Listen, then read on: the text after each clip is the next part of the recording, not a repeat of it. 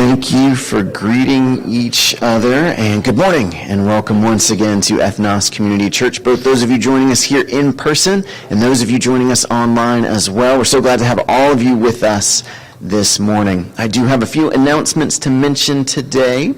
First of all, a fun announcement for you. Right after service today, we're heading over to Doyle Park for a picnic just across the street. Very short walk here. It's going to be a great time to hang out, connect, and enjoy some good food together.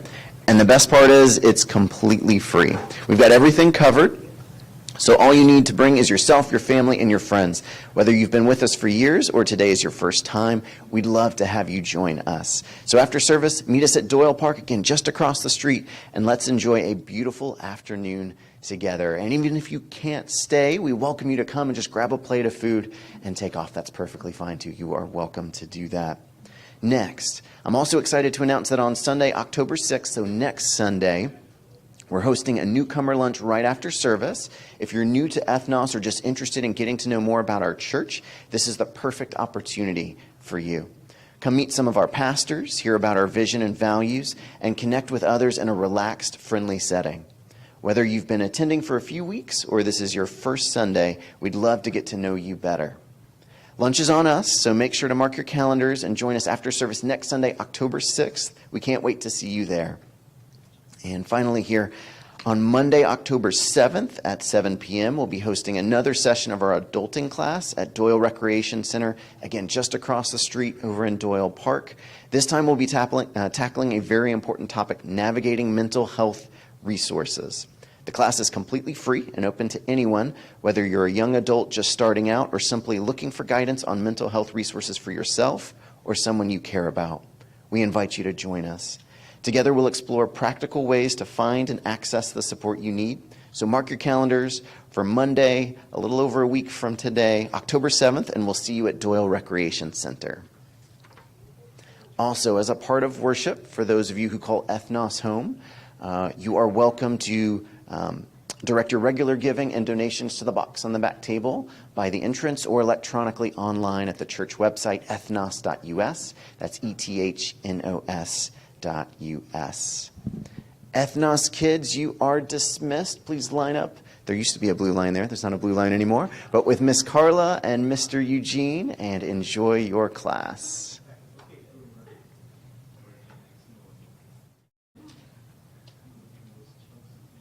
And we typically have prayer at this time, but we're actually going to do prayer together at the end of the message today. So please welcome up Pastor Scott as he continues us in our sermon series. Cool. All right. Well, it's good to see everybody. Before we get too situated, would love to start out with a question. And so would like you to interact with a few people around you, maybe to your neighbor, maybe to someone you haven't met yet, and you can introduce yourself to them.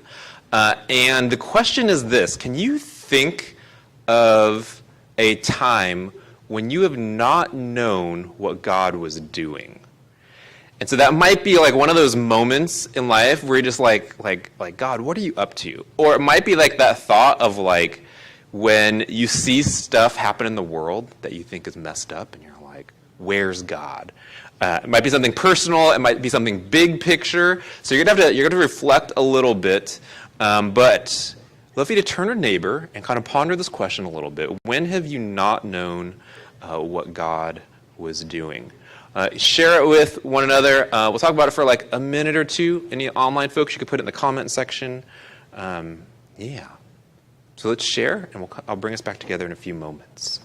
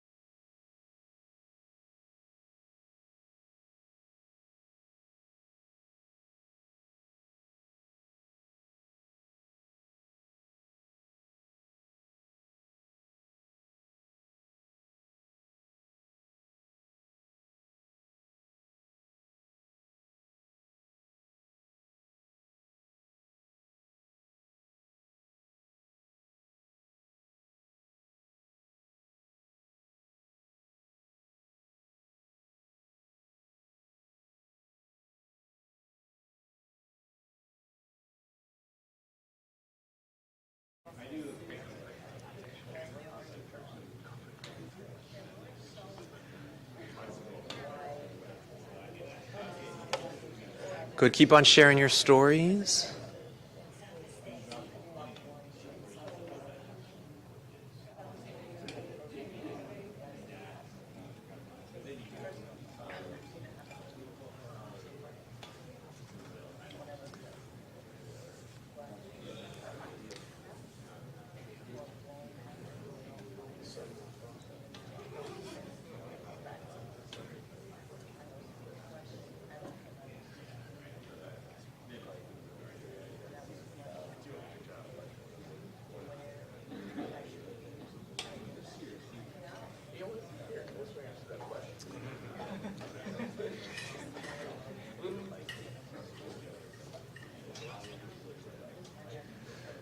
Be curious. Go ahead and continue finishing if you need to. We're curious to hear, what some people's reflections were. You don't have to give all of the details, whatever you just would like to share, but anyone want to let us know what you thought about with this idea? And I forgot to caveat a little bit. This doesn't even preclude necessarily that you believe there is a God, but if there was a God, you don't know what he's doing. If you do believe there is a God, maybe you said that to him. Or maybe you thought it. So any volunteers just want to share something that you mentioned? Yeah. Just raise your hand from where you are.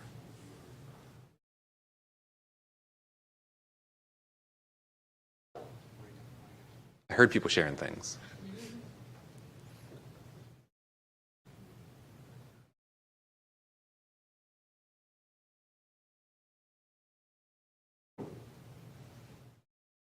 Anybody? Yeah.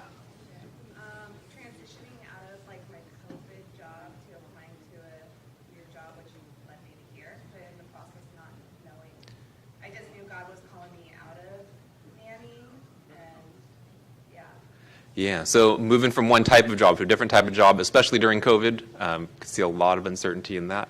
Absolutely. Yeah. What do you want to share? I guess there's, in some ways, right now, there's a lot of things that are happening in just transitionary period, transitions through life, or as we go about New Year's or finish up this year. Sometimes it's hard to know exactly what God's doing on just a broader sense while things going, I guess, wrong or chaotic in our world, I guess. Yeah, so both you're talking about what's coming up next because you're in a season of that right now, but also with what's going on in the world. It's so kind of both levels of that. Thanks for sharing that. Some other folks want to share. What did you mention?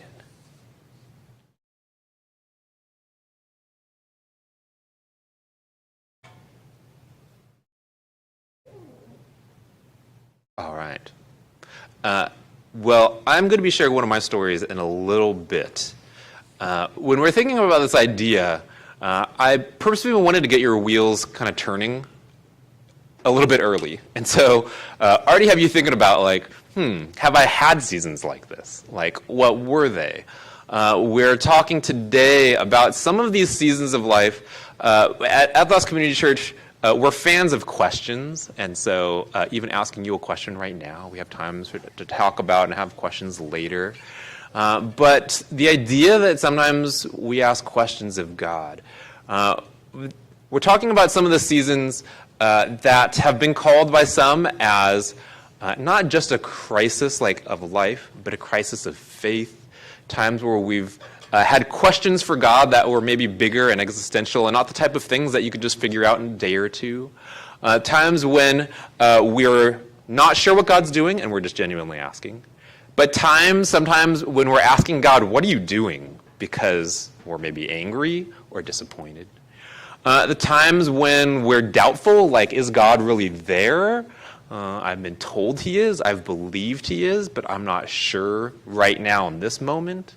The times where we just have profound feelings of sadness and despair and panic, and we might know in our heads that God is there, but we don't feel like he's here with us. And as we have for some of us, seasons like this, there are times where we don't know what's going on in our lives or in the world. There's times where we see what's going on in the world and we think that there is something wrong, or maybe God is being absent. There's times where we're thinking about the future and not knowing what it holds, and we think, well, if God is there, will you let me know?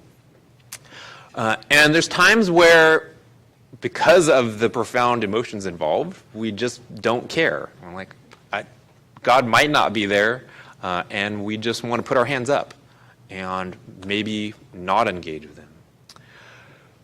We're talking about these ideas, the seasons of life that many have gone through, where we have these profound feelings and thoughts that have implications for our entire lives, because they're ultimately about how we think about and relate to the God of this universe.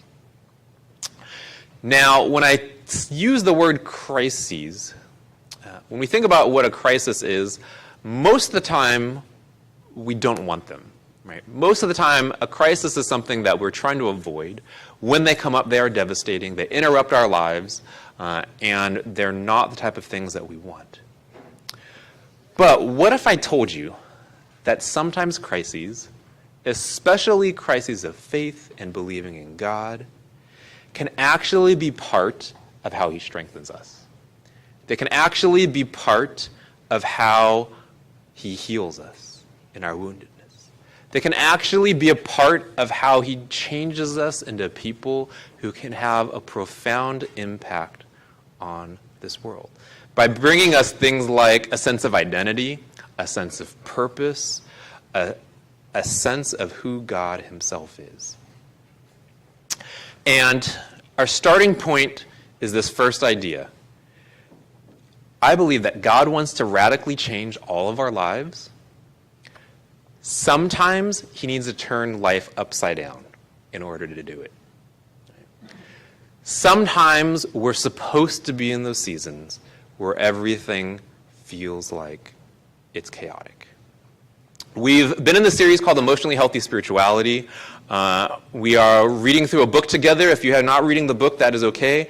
But it's the idea that God cares about our emotions, and he wants us to care about our emotions, and not just care about them, but pay attention to them and think about how they help us to relate to God, to have spirituality, to think about ourselves and this world. And as we do that he is actually in a process with us that started at the beginning of our lives and goes to the end of our lives, where he is trying to shape us and form us into the people that he made us to be. And today we are talking about the importance of some of these seasons where life, and especially our spirituality and our thoughts about God, get turned upside down. We're not talking about just like daily struggles or questions that we have that we maybe just are fleeting. We're talking about those existential seasons, those profound times that last weeks or months or years sometimes, where we question ourselves, we question God, we question the church. Sometimes it's triggered by a crisis in life.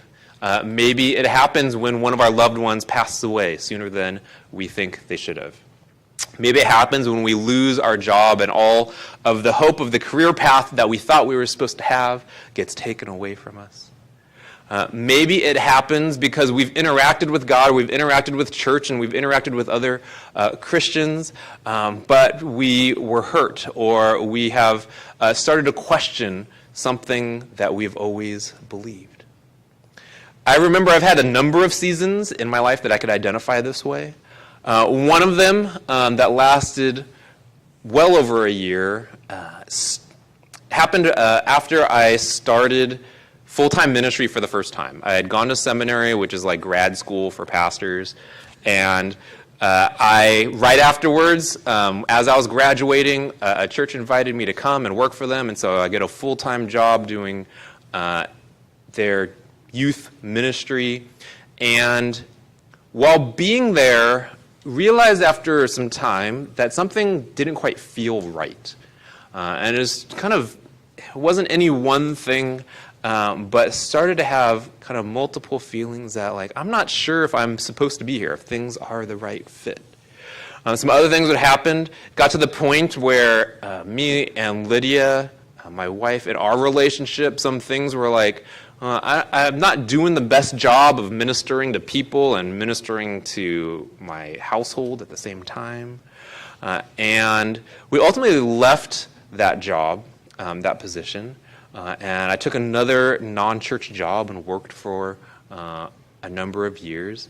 And it was a season for me of asking a lot of questions of God. I was asking questions like, am I made to serve God in that way? Am I doing the things that I'm supposed to do? I was asking things like, are the traditional churches that I've been in for my whole life, is that how church is supposed to look?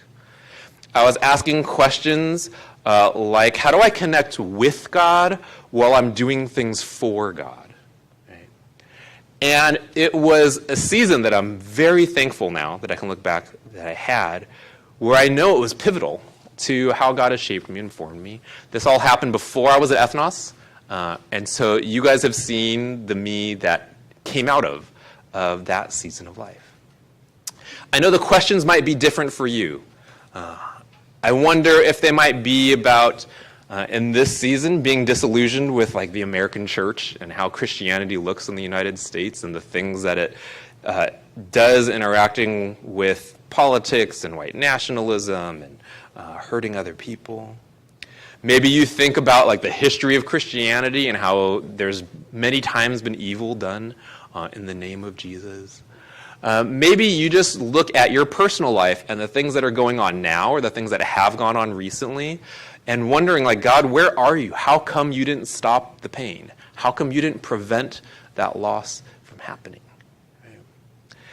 And we come with all of these emotions and all of these thoughts, and we walk through our days and we walk through our jobs and our school and our lives, and we carry it with us. And they're the types of questions that don't go away because someone like quotes us a Bible verse or tells us something nice, and it doesn't go away just because we sit and we cry one night or every night for a week. Right? We wrestle with these things, and I'm here to tell you today that very likely, this is part of God's process for you. God is actually wanting you to go through these processes so that we can be transformed. And many times they are painful and they suck. So I'm not going to tell you that they're pleasant or you're supposed to smile while you go through them. Right? The emotions are hard to deal with. They affect our relationships. They affect sometimes our energy and how we walk about through our days. They can be part of our depression or our anxiety. Right? But God wants to work through these times, through our pain, in order to transform us. We are going to read a story from the Bible about that today. There are many of them. If you pay attention to so many of the central characters of the Bible, they go through these seasons. But through it, we're going to ask a question. I'm going to pose this to you for the seasons that you have had or maybe you are currently in. When we get to that point, in the book, he calls it, this chapter is called Journeying Through the Wall. It feels like we reach a wall in our growth or our journey with God where like we're stuck at something and we're not sure what we're supposed to do. And some of us, when we get there, we just get disillusioned and become less motivated, and we kind of like lose steam on where we were going in life. And so we stagnate. For some of us, we get there and we turn around and we go, this isn't pleasant. I'm going to go in the other direction. For some of us, we turn that anger towards ourselves, towards other people, or we try to pretend that it's not there. We're going to see today how God uses this time for someone in the Bible and can use it for us as well to bring us to a greater understanding of who we're supposed to be and who he is. And so let's journey together. We're going to be reading out of the Bible book of Genesis, chapter 32. It's a story of a man named Jacob. Jacob is one of the forefathers of the nation of Israel. And we're going to read part of his journey of how he was transformed. To give you a little preview, if this were a movie, I don't know any movie buffs out there, it's somewhere like a cross between one of those like family dramas and an anime. And so that'll make sense by the time we get to the end of the story. I'm going to summarize parts of it just because it's long, and so we're not going to read every bit of it. But I'm going to pick out 8 moments from the story to highlight, and they're going to help us understand Jacob's journey and understand ours as well. The first moment is that Jacob follows God into something difficult. And for his journey, this is really important. He actually thinks that God calls him back to go back to his homeland. So he had lived in another country for a long time. Some of you guys are like this, right? It's like you came to San Diego or United States or wherever it is to go to university or to work a job. And so he was away from home for a long time. And he feels God saying, go back to your homeland. But there's a problem. Going back to his homeland means facing his older brother, Esau. And the story, one of the defining parts of the story of Jacob when he was younger, is that he had stolen his birthright, like his inheritance, and the status of older brother from Esau. Through some trickeries, through some lying, his mom led him there. And Jacob ends up running away because Esau says, if I see you again, I'm going to kill you. So that's Jacob and Esau. Jacob spends many years then living in another country, and God's telling him, go back home. And if you can imagine, Jacob's probably thinking like, all right, I'll head back there. Not sure what he's going to face. Many times our crises of faith start out with God confronting us with something that we don't want to do. Right? There are times where like we feel like I think I'm supposed to do this. I know I'm supposed to do this, but I don't want to. Maybe it's about moving to a place we've never been. Maybe it's about revisiting some pain from the past that we haven't wanted to revisit. Maybe it's about addressing some things that we know is actually hurting us, but the idea of working on it sounds more painful than just letting it stay. Okay? Sometimes God calls us into things that are difficult. Leads to this second thing that happens. Jacob then he says yes, but he becomes devastated with fear. Jacob gets into this place where, he starts heading out, he packs up everything, takes his family, his household, all his possessions, starts going back home. As he starts to get closer to his homeland, he sends a messenger ahead. He knows his brother lives there, and so he sends a messenger to Esau. Genesis 32:6, this is what he gets back. When the messengers returned to Jacob, they said, we went to your brother Esau, and now he is coming out to meet you with 400 men who are with him. And so Jacob, whose last conversation was Esau saying, I'm going to kill you the next time I see you, he's coming home, and he's greeted by this army of his brother and these 400 people with him. Jacob is scared. If I know it doesn't say that word in this verse, it comes up right after this. Jacob goes into a panic. We'll see why in just a second. But for us, facing reality many times can be scary. Right? The prospect of going into something that's painful, the prospect of dealing with the hurt or dealing with the struggle, we don't want to do it. These seasons aren't just, we call it like a crisis of faith. The book calls it the dark night of the soul, if you're reading along in chapter 4. Some people kind of in today's Christian world call it deconstruction, where we're like unlearning some of the things from the past and trying to take apart the things that we've known. Those seasons are not just an intellectual reflection. It's not like I just need to sit down and make a pro-con list, or I need to like write out what is good about this and then I'll get through it. These seasons are filled with emotions. It's filled with fear and filled with anxiety and filled with sadness or feeling disoriented. These are the emotions that come when our world is upended. And that's what Jacob is experiencing. We see it because in the next part, Jacob starts bargaining with God. Jacob, after seeing this army, goes and starts kind of yelling, kind of bargaining, kind of talking at God. He prays to God. Essentially, I'm going to summarize it, verse 9 through 12. He's like, God, I listened to you. I'm here because of you. You told me to go back home, right? Right? Like, you're the God of my ancestors. You're the God of my grandfather and my father, and you're supposed to be my God too. Like, come help right now so I don't get killed by my brother and his army. Like, you better come rescue me. You're supposed to be the everlasting God. You're supposed to be loving and kind. Like, show that kindness right now. Will you come and make this better? When I've had some of these seasons, I remember saying to God, God, you said that if I served you and that if I lived the life that you wanted, that you would take care of everything. Right? You said that you would make things better. How come then it's hard? How come it's painful? How come it feels like you are not there? You better show up because you are the one who said you would be here. And so Jacob bargains with God, and it's that type of bargaining that's more accusing, maybe, and like venting in the middle of also like remembering God and talking to him.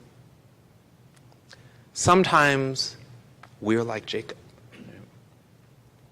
Or maybe the bargaining isn't us. Jacob goes into a second episode where he tries to get rid of his problems. And so Jacob tries to make the problem disappear. And I know this is a lot of our go-tos as well.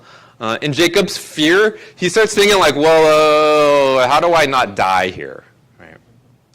And so he comes up with the plan, I'm going to butter up my brother. He goes on the equivalent of Amazon and orders a bunch of gifts. For him, it was like he has all his possessions with him and his household and his herds. So he goes, okay, let's get like a herd of animals and gather them up, and he sends some messengers. Hey, go bring this gift to my brother. Right? And then he gets like a second herd of animals and gets a second messenger. So, hey, go take these after they get there. Take these to my brother.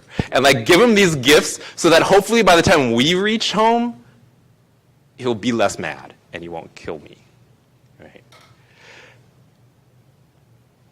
These gifts weren't out of love. These gifts were out of fear. These gifts were out of, I hope that I can appease them enough that it will save my own skin. He was going through all this to try to avoid dealing with his brother. Sometimes we do this too. We try to come up with our own solutions for the problems that we're facing. When we are lacking things, what do? We try to go out and get it. Jacob's grandfather, Abraham, did the same thing. God promises a child. He's like waiting for that child. He doesn't see it. So what does he do? He gets one of his servants and has a child with her instead. Right? We go through, God's not providing for me. He's not taking care of me. I don't have the job, or I don't have the relationship, or I don't have the life that I'm supposed to have. And so we go try to figure out, how can I get it? Or we do things to put up in front of us so we don't have to engage. We say, yeah, you know what? I'm not going to go deal with that older brother who hates me because I'm just too busy. I'm too busy with my life. I'm too busy taking care of other people. Right? Or I don't want to deal with the forgiveness or the love that you want me to show to that person that I don't like because I'm too busy studying the Bible and praying. He was doing what he could to try to avoid his problems, just like we do when we don't want to address the broken friendship, the reality of loss, confront our addictions. And here's where it leads Jacob. Number 5. Jacob finds himself alone. He's getting closer to home, and there's this river to cross. He already sent those 2 herds of gifts ahead. Then in the night, he says, okay, he sends the rest of his family ahead. He sends his wife ahead. He has 2 wives. He sends the rest of his servants ahead. And then Jacob doesn't cross over the river. It doesn't say this. I think he's scared. He sends over everyone else but himself. And he ends up spending the rest of the night there. It says this, Genesis 32, verse 21 to 24. So Jacob's gifts went on ahead of him, but he himself spent the night in the camp. That night Jacob got up, and he took his 2 wives, his 2 female servants, his 11 sons, crossed the ford of the Jabbok. After he had sent them across the stream, he sent over all his possessions. So Jacob was left alone. He sent everyone to meet up Esau first, but himself. And without his possessions and his family and his safety, he finally starts to have to come to grips with the biggest part of this problem. The biggest problem here is the reality of himself. This story, I know, is about a conflict with an older brother, and it's about what he does with his family and his relationships. But the story is ultimately about Jacob and what he understands of who he is and the God who made him. Right? In these crises of faith, there's often this period where we feel alone. And that can be a moment, that can be years, and feel like a lifetime. Where we feel like no one understands us, everyone has abandoned us, even it feels like God's abandoned us. And there's no one and no things left to comfort us or to help us. We've tried them. They haven't made us feel better. They haven't gotten us to where we think that we should get. And we're left facing only the reality of ourselves. What's inside of us? Our emotions, our motivations, our expectations that haven't been met, our anger at God, our anger at ourselves. And in that loneliness, I know it doesn't feel pleasant.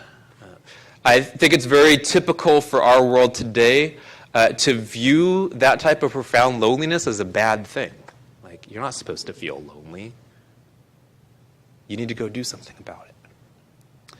But what if God sometimes wants us in that place and is actually going to do something good in it? Number 6, Jacob wrestles with God.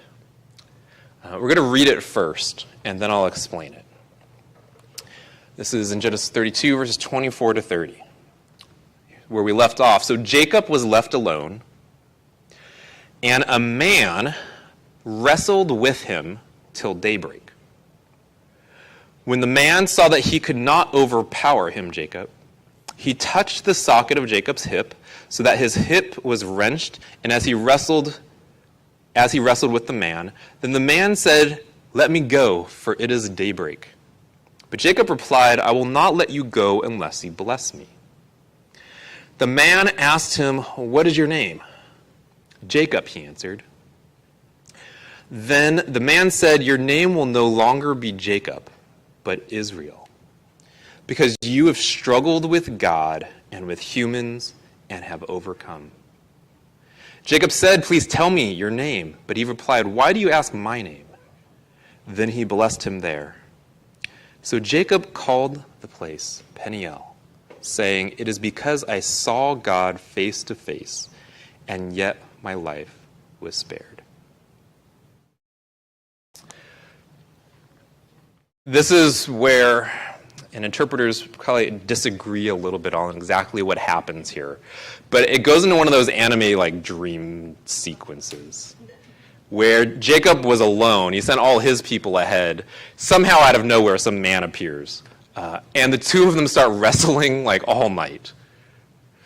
And it's this physical wrestling, and one can't overcome the other, and Jacob doesn't give up, and man, turns out is probably most likely an angel of God, ends up like having to injure Jacob to end the whole thing. And Jacob asks for his blessing because somehow he knows that this is an angel of God. Ends up getting it, but not just the blessing. He gets a name change here, right? And his name gets changed from Jacob to Israel. If you're wondering what the name Israel means, it means one who struggles with God, or one who wrestles with God. Like, this is the name that pervades all of the nation of Israel for the rest of their time. People who struggle with God. Right? And that becomes this hallmark. Not just like wrestling in the mud in the night, but this idea of struggling with God with our questions. And wrestling God as we read Scripture and read His truths. And going back and forth, maybe metaphorically in the mud where we push and we pull, and it gets dirty, and we're like, God, I'm not sure how this makes sense. I'm not sure what this means. And in the midst of that argument, we think that in that process, in that journey itself, is how God leads us to something new. When we have seasons of life, when we're questioning God, have doubts about Him, about faith, we feel unsatisfied in our current understanding of ourselves in the Christian life, know that we're in good company. Right? We are in a place where the people of God throughout the history of the Bible have been. And it's been an important part of their journey and our journey as well. Because faith is built in struggle. We see that happening here, right? If we were just like innocent young children, maybe it'd be very easy to follow God, and we just say yes to everything that He tells us. We don't have any questions. But for the rest of us, as we've gotten older, we have our attachments, we have our expectations, we have our preferences and our desires, we have our worries and our needs.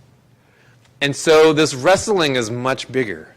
This wrestling is about, God, I have my actual life, and what is it you are trying to bring me to? What is it that you are trying to do here? Sometimes we know, sometimes we don't. We ask questions like, God, where are you? Why did you let them hurt me? How come you're not here protecting me? We ask questions like, God, how can I be a Christian when the Christians are out there doing all of these things that are wrong or hateful? What has that wrestling looked like for us? But here's what comes out of it. Jacob emerges as a changed person. Jacob walks away from this night of wrestling with this angel all the way until morning because he went through the struggle. And he walks out saying, I have seen the face of God. Right? And part of that I know is literal because he faced this angel. And so he can say, maybe the only person ever could say, I physically wrestled with God. But this becomes a defining moment for his life and for the life of his people forever. Because the understanding, and you can look at this through how Jews deal with God and with Scripture, it becomes, I'm supposed to struggle with it. I'm supposed to ask questions. I'm supposed to have doubts. I'm supposed to wrestle with those things. And God is going to work in that process.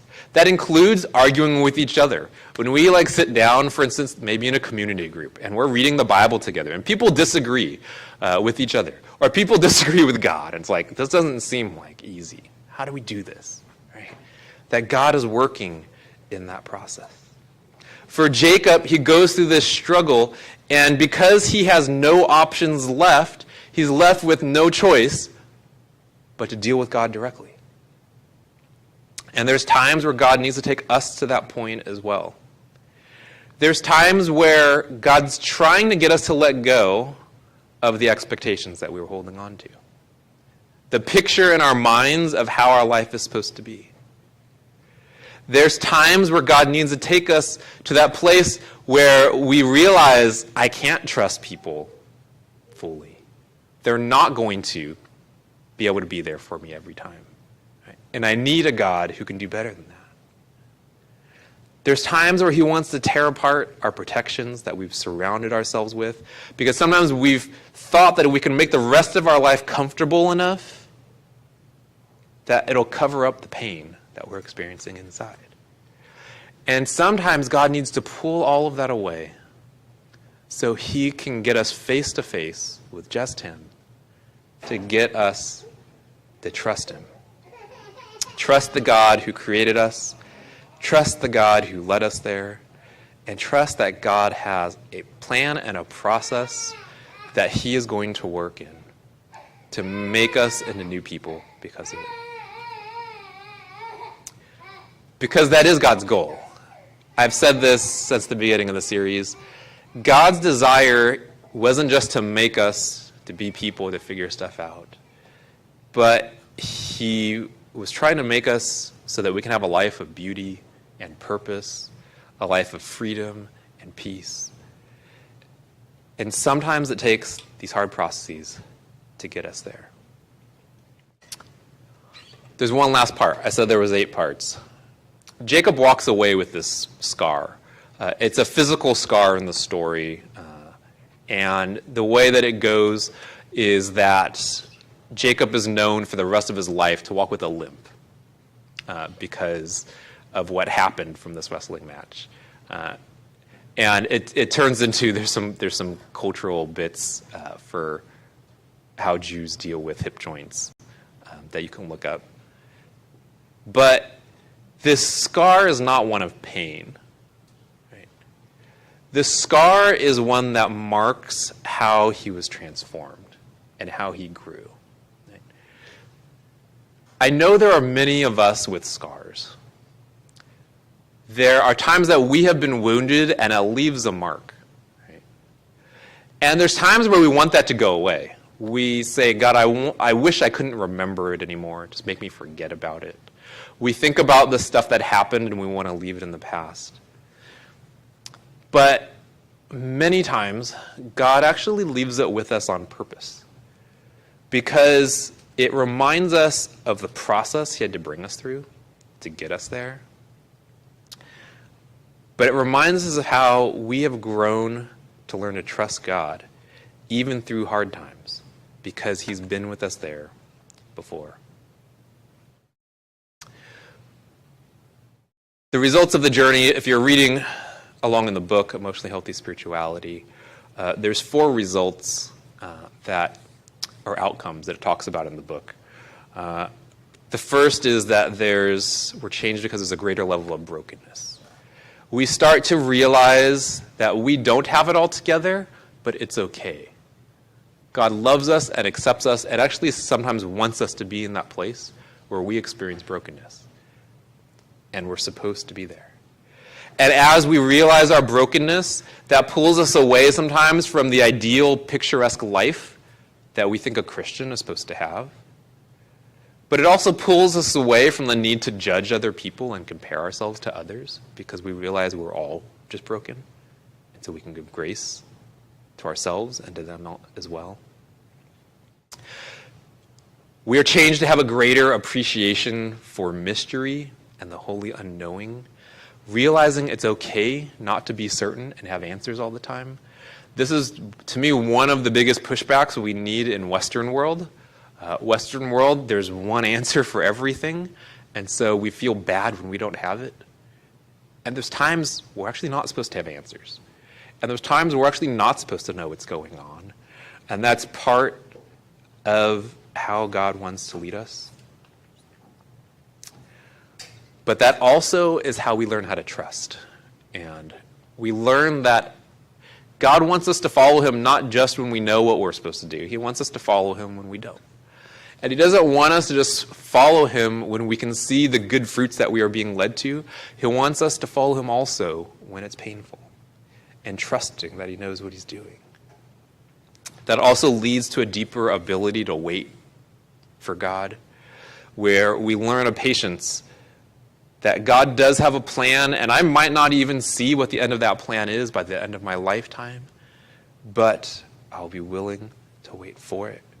And that gets us to focus less on ourselves and what we don't have or what we think God should be doing, but to focus more on just who he is and his presence. And these seasons also lead us to a greater detachment. And that's detachment from a lot of things. Sometimes it's from our sin habits. Sometimes it's from the structures we've created in our minds for what spirituality is supposed to be. I mentioned earlier, some people call this season, there's a trend now to think about deconstruction. Deconstruction meaning that religion and faith and the way that we've known it and experienced it in churches and in our world and other religions too has looked a certain way. And it needs to be a certain way where, like, I have a problem and I bring it to God in prayer and he fixes it and everything's better. Right?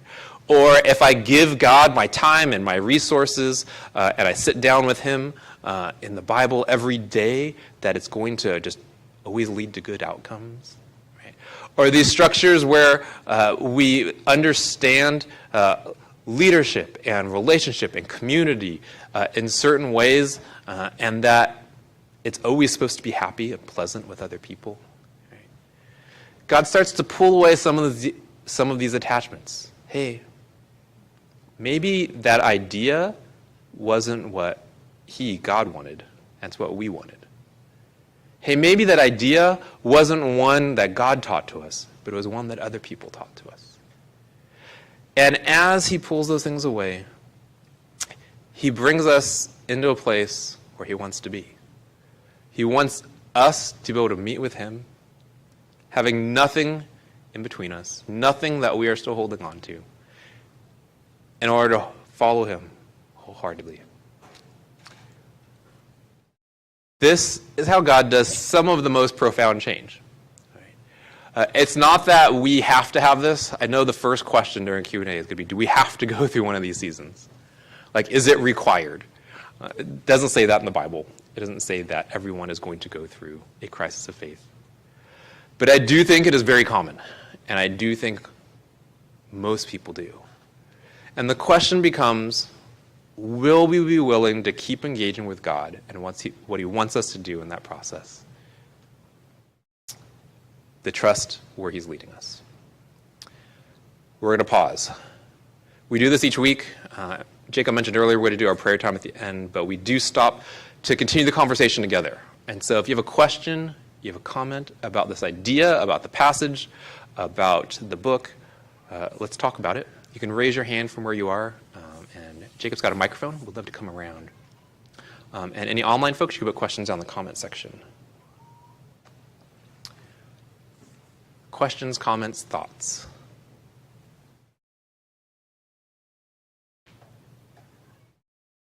Yeah, in the back.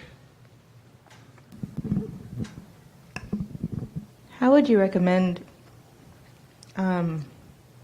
walking alongside others as they're going through something like this? Yeah. I'll answer that backwards first. So if we are going through it, like the going through it is important, right? We're going to talk about grief next week, and there's a similar idea in that. Like, we actually need to experience it.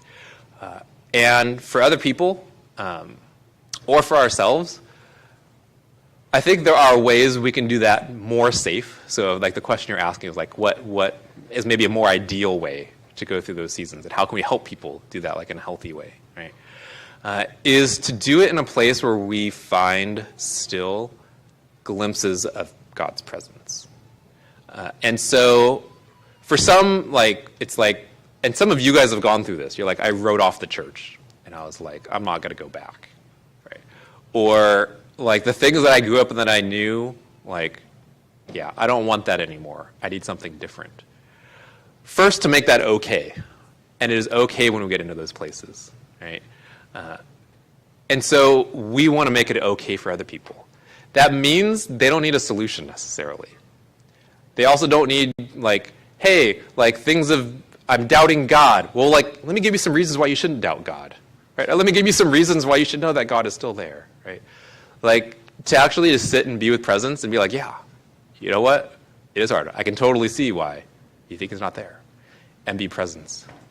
But one of the things that has been helpful for so many people that have gone through these seasons that I've heard from, and I would say this for myself too, is that staying somehow connected to stuff is helpful.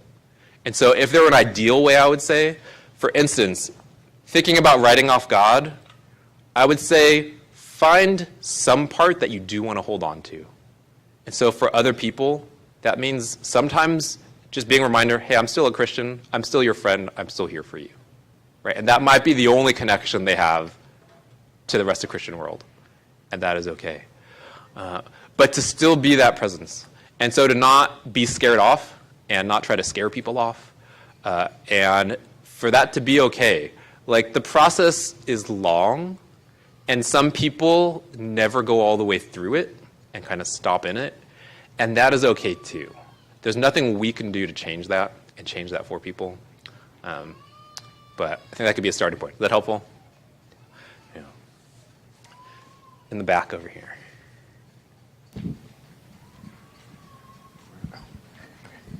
I've definitely gone through a crisis of faith. Still working out of it, to be honest. And I think I'll always be, to some degree, reconstructing, deconstructing. I think my encouragement is to let people have their feelings. You know, if they're mad, let them be mad. You don't feel like you need to go and like defend God. God can handle himself. So I think it's like, yeah, really the coming alongside. I think too, recognizing that you're not responsible for the other person's spiritual development or their growth, or responsible for like being on God's side. Like, again, God can handle himself. And I think sometimes it's like relinquishing that responsibility and going, okay, that other person has their own journey and that's okay. Yeah. Right? And I have my own journey and that's okay. I'm just here to sit alongside.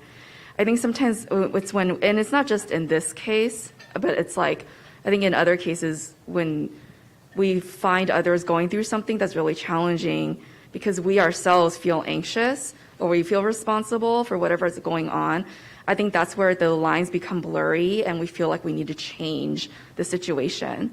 So I think it's having those internal boundaries and learning how to like cope with one's own anxiety, you know, that can help sit with somebody else, like with a friend.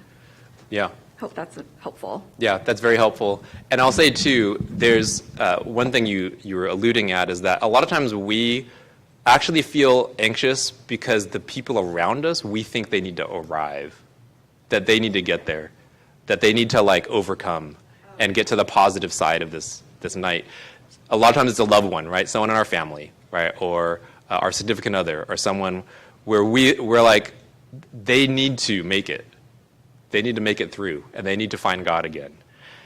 That's our expectation, like what you're talking about with those boundaries, right? There's this awareness like, we feel anxious that they need to get there, but that's our anxiety. And it's what we want, and that's not their process, yeah. Thanks for that. Yeah, up here. Yeah, and just to piggyback off of that, beautiful and very difficult to enact. So I've actually been going through something like that with the death of my friend, and her husband and family going through this and not knowing how to approach the family, like give them space, but yet be available, but yet not push, but yet be available. It's one of those really hard things to like just be like, hey, you know, I knew my friend for like 31 years, and then just having that abruptly happen, and like, how connected were you to the family to actually be available like that? But, you know, let them know you're available, but not too much because they're kind of private. You know, it was so difficult to navigate that fortress of crazy. So just being available, I think, is just enough. And not putting expectations on yourself to try to fix, but just to be able to sit with and maybe contact other people just so that they know that you're available for them too. And they may be wanting to interject, but be like, hey, I'm here. I put forth a comment when they're ready to respond. It's all good, you know, that kind of thing. And yeah, it's just been one of those kind of wrestling times with something like that, yeah. Yeah, that's great. To let you guys know, yeah, so the topic next week, we're going to be talking about grief. And along with that comes, we're going to talk about limits and boundaries. And so that'll be part of it. But something that you're mentioning in there too, yeah, that idea of like sitting and being present. I said this, I can't remember if it was a week or two ago. This is also why it's important to have our own awareness of ourselves.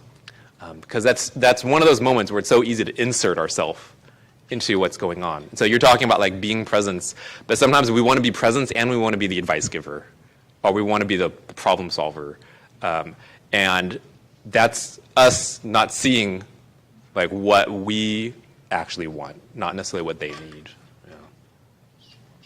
Yeah. Good word. I don't want to add too much to this. Yeah. Other thoughts or questions?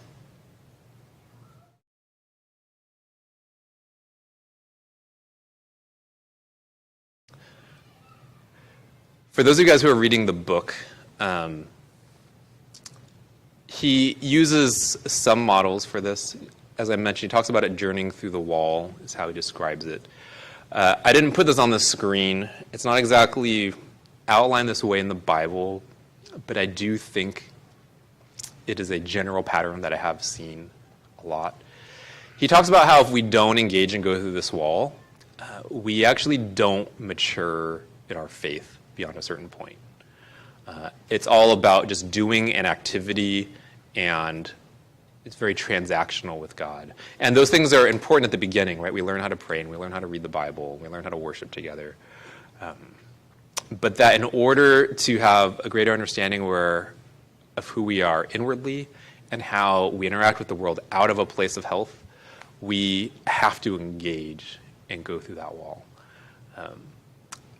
I bring that up because, again, I want to make sure you guys know that's not necessarily a biblical concept in itself. Like it doesn't explicitly say that.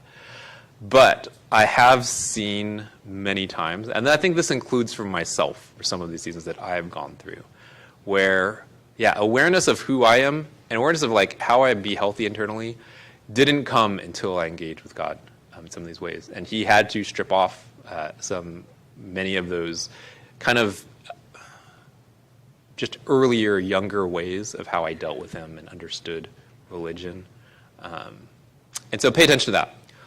What season am I in? And where is God leading me? That leads us to, I mentioned we're going to have some prayer time at the end. We usually get together in some groups. And I want to spend some of that time right now doing a little bit of reflection also. So you can think about these at whatever level you might be at, but two questions. Is there a question that you have of God this season? And so that might come out of the wandering and you're like, yeah, I don't know what God is doing. I don't know, where are you right now? What am I supposed to do? Just, do you have a question of God that just been on your mind, been on your heart during this season of life for you? A second question you can think about is there a way, how is God giving you a new way of understanding? Is there a way that he is trying to, you can sense he's like trying to change how you think about something, how you've thought about something, how you're approaching something? There may or may not be something obvious to these two questions, but spend some time reflecting on it. And if you're actually not sure, one, if you're not sure if God's there, two, if you're not sure if you have an answer to one of these questions, my encouragement would be actually to bring that to him and go like, hey, God, what are you trying to show me yourself? Are you trying to show me what's there and that you are there for me? Ask him, what are you doing in my life right now? And so I encourage you to do that by getting together with a couple people around you, maybe one or two, so you have some time to share. Share if you have a response. Some of you guys I know already have a question that like you have been wrestling with and you have an answer ready to go. Some of you guys might not yet, and that's okay. You're teasing it out. And then after you share those questions, bring those questions to God. Again, like the time here isn't, we don't need answers for each other. We don't need to, it's like we don't need to give each other advice or a word of encouragement. Like just come together with our questions to God. Pray to him, ask him, wrestle with him, and then I'll come back and bring us together in a little bit. So let's join together in prayer.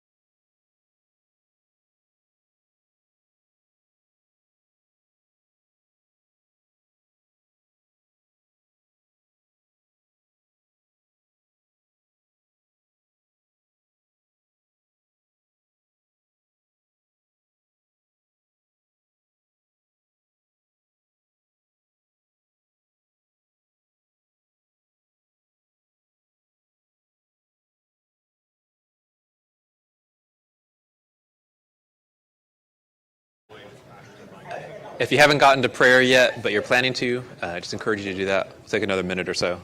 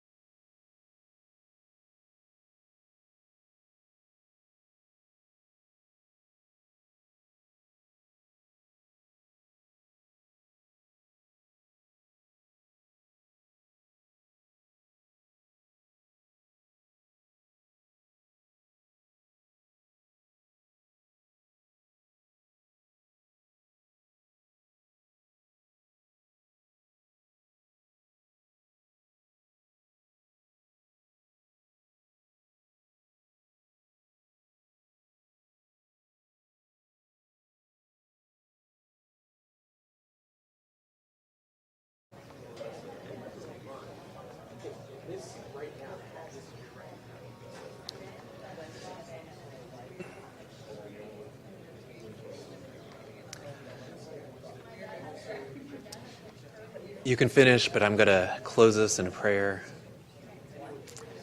God, we come to you thankful that you want to meet us. In the midst of things that sometimes we think we're not supposed to bring to you or we can't bring to you, but you see us. You see us in the questions. You see us in the doubts. You see us in the uncertainty. And you are there leading us.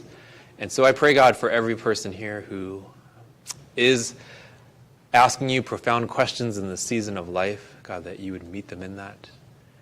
I pray, God, for the people who are asking to see you, and if you are really there, God, that you would show glimpses of yourself. I pray, God, for those who are dealing with difficulty in this season, that you would give them strength to hold on to you in the midst of it all. We bring to you ourselves, thankful that you accept us, not because of the stuff we have around us, not because of the life that we've made for ourselves, but you love us just as we are, as who we are. And so we thank you just out of an understanding of the profound bigness of your unending love and grace. We pray this in the name of your Son. Amen. I'm going to invite the team to come up. They're going to lead us in a final set as we continue to reflect. Live stream, we'll see you guys next week.